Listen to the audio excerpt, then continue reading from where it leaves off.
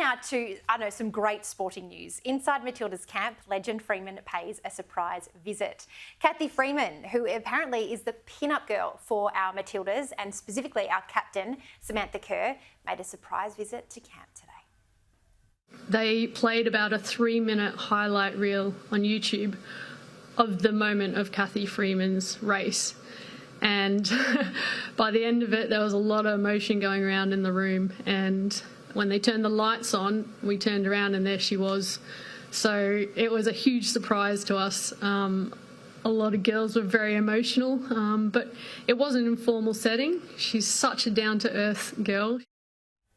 Michelle, that is the galling thing about this comms game announcement today. When you see the likes of Cathy Freeman, when you see the Matildas, who are far and above, like, leading the pack when it comes to equality in sport. Yep. I mean, 56,000 people turned out for a friendly against France on Friday night in Melbourne. Yeah. I mean, the fact that sport does more than just see athletes run around on a field. It is basically like a glue that holds us all together. Yeah, and Cathy Freeman came out into the Australian public eye at a Commonwealth Games. Yeah. So that kind of is like, it gives those athletes kind of that starting point. But the Matildas, everyone's super excited. I know I'm going to a whole bunch of games.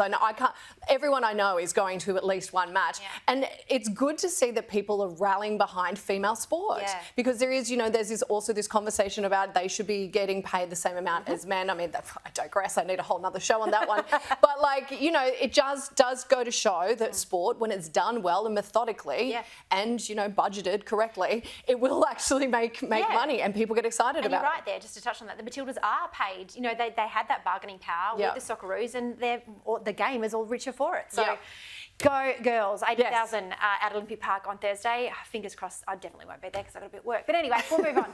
Let's move on to the Canberra Times. Campbell parachuted into top jobs. That's what docs show. The federal government's most senior bureaucrats worked to parachute Catherine Campbell into a $900,000 a year role, weeks before the Prime Minister announced that she was being dumped as DFAT's secretary. Tanvia, I don't want to play, that person, but this looks like a dead cat. They've got this out very quickly today, this robo-debt scandal. It will obviously be back on the menu when we head back to the first parliamentary sitting week on the 31st of January, 31st of July, I should say. But I think this story will hang around. Well, certainly in Canberra circles, isn't it? So, it seems to be...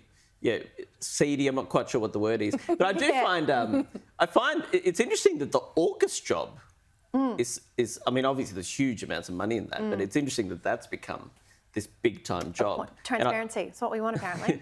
That's for sure. I would love to be parachuted into a 900,000. I've got my parachute ready to go. If anyone wants me. I can bring my calculator if that helps.